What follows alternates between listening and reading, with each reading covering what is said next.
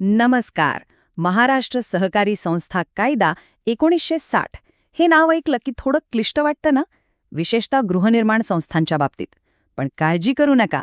आजच्या या विशेष स्पष्टीकरणात आपण हे सगळं कायदेशीर जाळं अगदी सोप्या आणि सरळ भाषेत उलगडणार आहोत.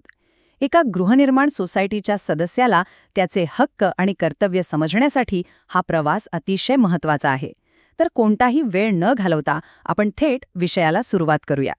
चला तर मग, आजच्या या स्पष्टीकरणात आपण सोसायटीच्या पायापासून ते छतापर्यंतचा प्रवास बघणार आहोत.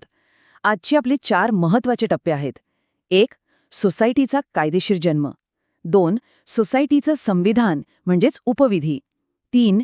नियमांमध्ये बदल करण्याची प्रक्रिया. आणि 4. कायद्याची उतरंड आणि नियम. आता हे सगळं मी माझ्या मनाने सांगत नाहीये बरं का.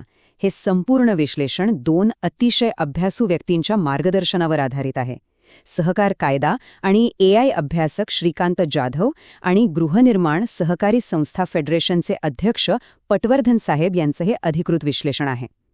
त्यांच्या मते सोसायटीचे कायदे नुसते असून उपयोग नाही, तर ते समजून घेणं आणि पाळणं ही कोणत्याही सोसायटीच्या सुरळीत कामकाजाची मूलभूत गरज आहे.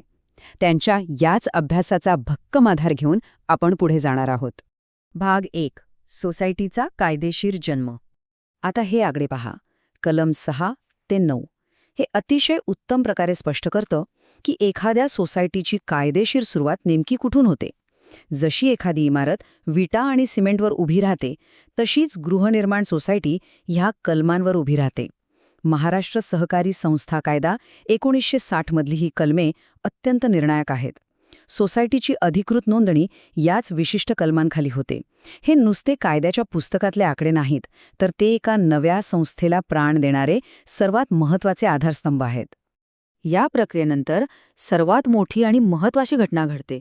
ती म्हणजे सोसायटीला मिळतं तिचं कायद्याने स्वतंत्र अस्तित्व. म्हणजेच काय, तर जसं एखाद्या बाळाला जन्मदाखला मिळाल्यावर त्याची ओळख बनते, अगदी तसंच नोंदणी झाल्यावर सोसायटी एक स्वतंत्र आणि स्वायत्त संस्था म्हणून अस्तित्वात येते. सोसायटीची स्वतःची अशी एक वेगळी कायदेशीर ओळख निर्माण होते. भाग 2.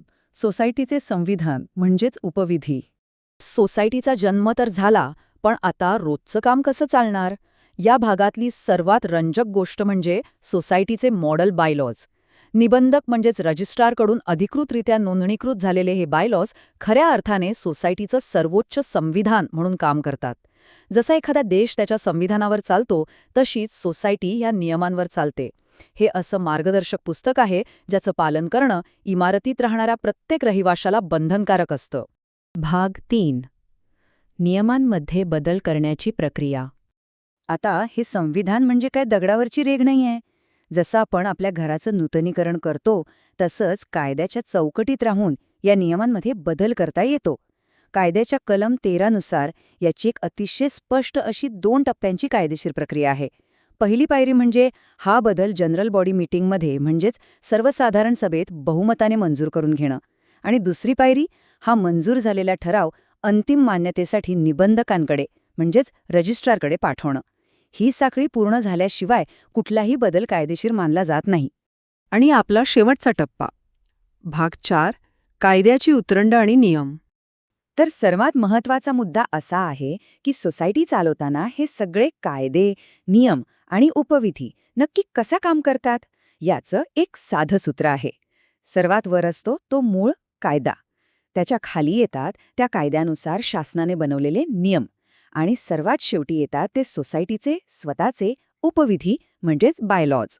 इथे एक गोष्ट कायम लक्षात ठेवली पाहिजे की आपले बायलॉज हे कायम मुख्य कायदा आणि नियमांच्या अधीन राहूनच काम करतात.